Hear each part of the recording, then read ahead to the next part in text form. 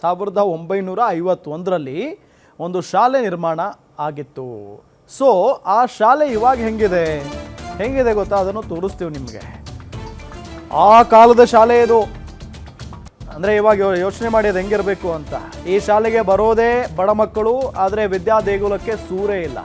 74 ವರ್ಷದ ಪುರಾತನ ಸರ್ಕಾರಿ ಹಿರಿಯ ಪ್ರಾಥಮಿಕ ಶಾಲೆ. ಶಾಲೆಯ ಪರಿಸ್ಥಿತಿ ಕಂಡು TC ಪಡಿತಾ ಇದ್ದಾರೆ ವಿದ್ಯಾರ್ಥಿಗಳು. ಬೇಡಪ್ಪ ಬೇಡ, ಈ ಶಾಲೆಗೆ ನಮ್ಮ ಮಕ್ಕಳನ್ನ ಕಳಿಸೋದು ಬೇಡ ಅಂತ ಹೇಳಿ. ದಾವಣಗೆರೆ ಜಿಲ್ಲೆ ಅಲ್ಲಿ ಇರುವಂತ ಶಾಲೆ ಇದು. ನೂರಾರು ವಿದ್ಯಾರ್ಥಿಗಳಿಗೆ ಪಾಠ ಕಲಿಸಿದ ಸರ್ಕಾರಿ ಪಾಠಶಾಲೆ. ಬಿದ್ದು ಹೋದ ಕೊಠಡಿಗಳು, ಸೋರುತ್ತಿದೆ ಶಾಲೆಯ ಮೇಲ್ಛಾವಣಿ. ದಿನೇ ದಿನೇ ಕುಸಿತಾ ಇರುವ ಶಾಲಾ ದಾಖಲಾತಿ. ಯಾರು ಬರ್ತಾರೆ ಸ್ವಾಮಿ ಹೆಂಗಿದ್ರೆ? 5 ಕೊಠಡಿಗಳಿರುವ ಸರ್ಕಾರಿ ಹಿರಿಯ ಪ್ರಾಥಮಿಕ ಶಾಲೆ. ಮಳೆ ಬಂದ್ರೆ ಶವರ್ ರೀತಿ ಒಳಗಡೆ ಮಳೆ ನೀರು ಬರುತ್ತೆ. ಮಳೆಗಾಲದಲ್ಲಿ ನೀರಿನ ಹೊಂಡದಂತಾಗುವ ಶಾಲೆಯ ಸ್ಥಿತಿ. ಶಾಲೆಯ ಗೋಡೆಗಳು ಮಕ್ಕಳ ಮೇಲೆ ಬಿದ್ದರೆ ಹೊಣೆ ಯಾರು ಅನ್ನೋ ಆತಂಕ.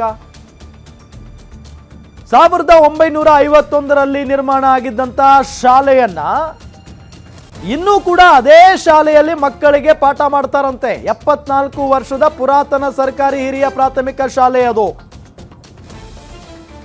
ಆ ಶಾಲೆಯ ಪರಿಸ್ಥಿತಿ, ಯಾವುದೇ ರೀತಿಯಾದಂಥ ಮೂಲಭೂತ ಸೌಕರ್ಯ ಇಲ್ಲ. ದಾವಣಗೆರೆ ಜಿಲ್ಲೆ ಹರಿಹರ ಹೊರವಲಯದ ಅಮರಾವತಿ ಶಾಲೆ ಇದು. ಆ ಶಾಲೆಯ ಪರಿಸ್ಥಿತಿಯನ್ನ ಕಂಡು ಈ ಶಾಲೆಯಲ್ಲಿ ಏನಾದರೂ ನಮ್ಮ ಮಕ್ಕಳು ಓದ್ಬಿಟ್ರೆ ಅಲ್ಲಿಗೆ ಕತೆ ಮುಗೀತು. ಯಾವಾಗ ಗೋಡೆ ಬೀಳುತ್ತೋ ಗೊತ್ತಿಲ್ಲ, ಯಾವಾಗ ಮೇಲ್ಗಡೆ ಇರೋ ಹೆಂಚು ಬೀಳುತ್ತೋ ಗೊತ್ತಿಲ್ಲ ಅವ್ರ ತಲೆ ಮೇಲೆ. ಸೊ ಬೇಡಪ್ಪ ನಮ್ಮ ಮಕ್ಕಳಿಲ್ಲಿ ಓದೋದು ಅಂತ ಹೇಳಿ TC ತಗೊಂಡು ಹೋಗ್ತಾ ಇದ್ದಾರಂತೆ.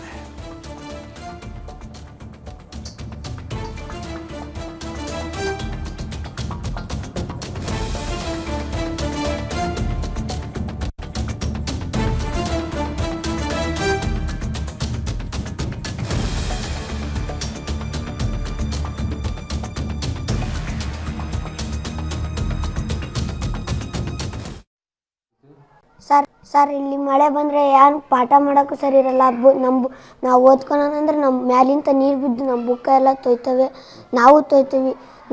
ಮತ್ತು ನಾವು ಆರಾಮಿಲ್ದಂಗೆ ಮನೆ ಮಕ್ಕಳು ಶಾಲೆಗೆ ಬರೋಂಗಾಗಲ್ಲ.